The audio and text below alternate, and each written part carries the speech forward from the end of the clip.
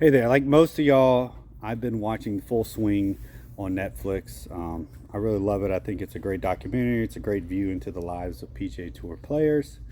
Um, and I want to address some things that I noticed kind of with the workouts, because obviously, what you're going to tend to see here is a bunch of people are watching this. This is what the pros are doing. I'm going to go copy that in the gym.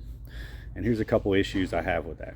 So, first off, this is not to knock any specific trainer or coach that's on there.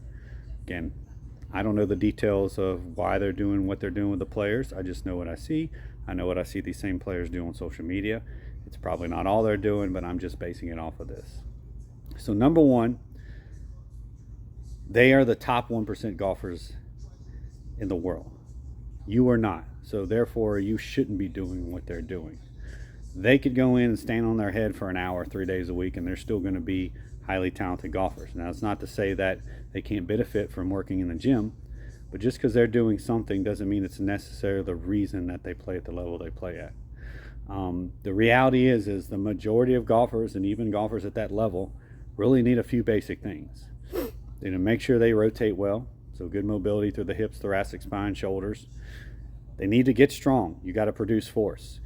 Moving a little band, moving a stick with a band to it, doing some circus tricks isn't going to get you there.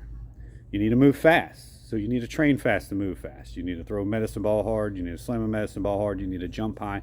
You need to do very dynamic, explosive things.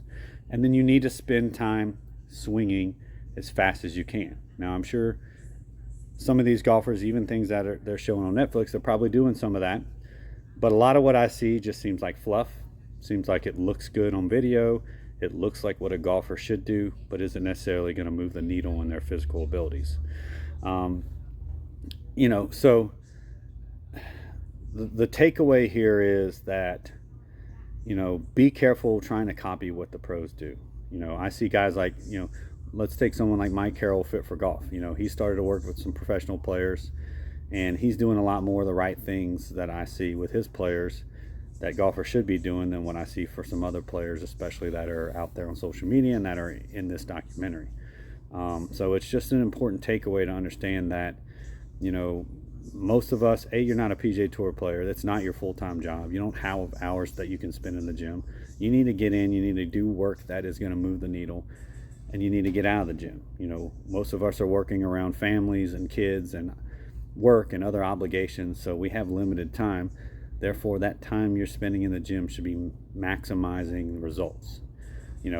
Those things that I see them doing, probably great warm-ups, and maybe they are doing it in a warm-up. Maybe they're not showing full context, and that's fair.